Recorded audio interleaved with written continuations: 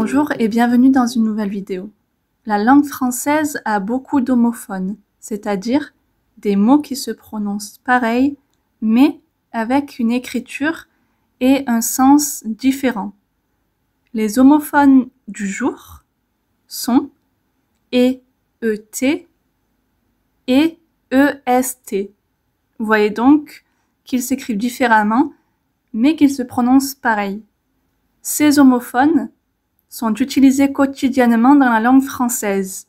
Vous allez donc les employer et les entendre régulièrement. Beaucoup de personnes font l'erreur, mais ne vous inquiétez pas, nous allons voir la différence entre les deux dans cette vidéo. Eh bien, c'est parti, commençons tous ensemble. Nous démarrons avec la première partie et l'homophone et, et. Si je vous donne cet exemple, je parle français et anglais. À votre avis, quelle est la nature de et, Vous pouvez d'ailleurs retrouver et, dans votre langue native. Et quel serait ce mot? Comment le traduiriez-vous? Par exemple, en anglais, nous dirons I speak French and English.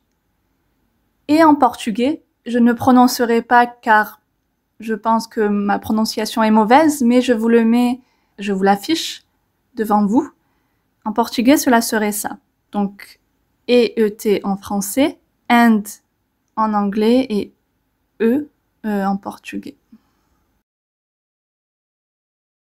Alors, passons maintenant à la partie explication.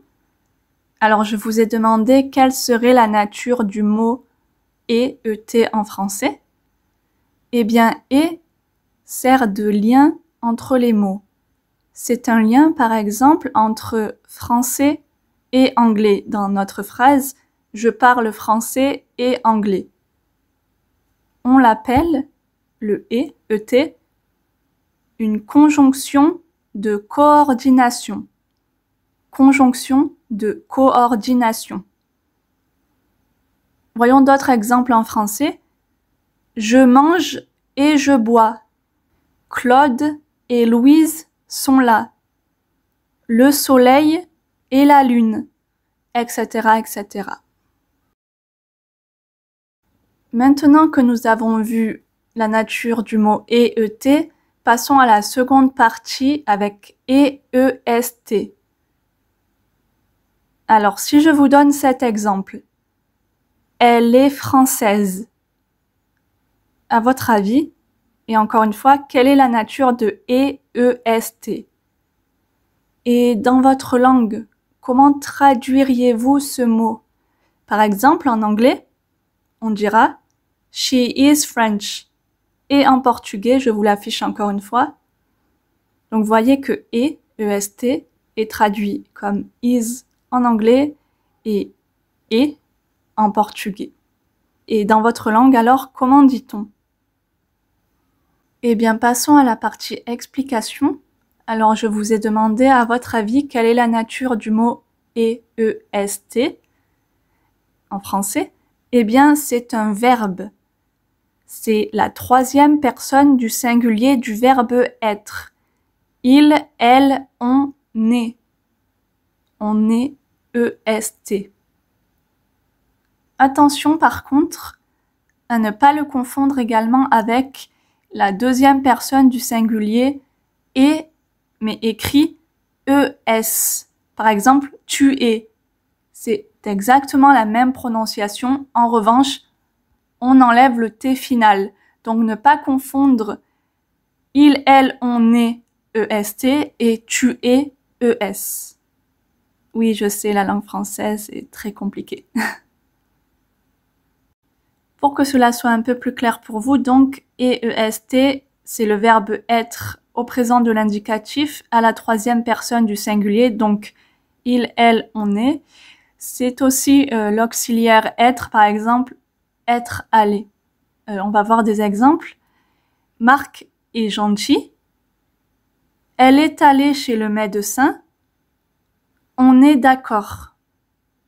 Ici, dans tous ces exemples, on parle du verbe être et donc EST. Et bien voilà, bravo si vous avez écouté cette vidéo jusqu'à la fin.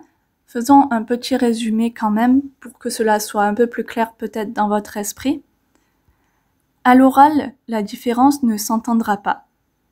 Si je dis Rose est là et Rose et Julia, il n'y a aucune différence entre et, à l'oral, bien sûr. Vous ne ferez pas la différence.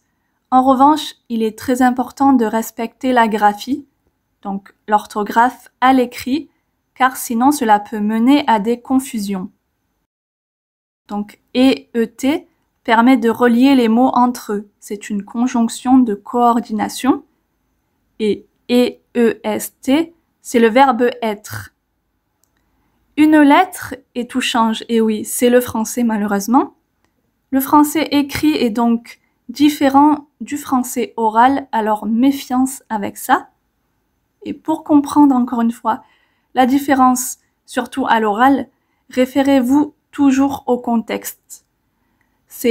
En fait, le contexte, c'est vraiment tout, ça fait tout. Donc le contexte est super important dans n'importe quelle langue et surtout en français puisque la différence à l'écrit et à l'oral est très grande. Donc n'oubliez pas ça. Eh bien, moi je vous laisse ici. Je vous souhaite une bonne journée et à très bientôt pour de nouvelles vidéos. Bye bye!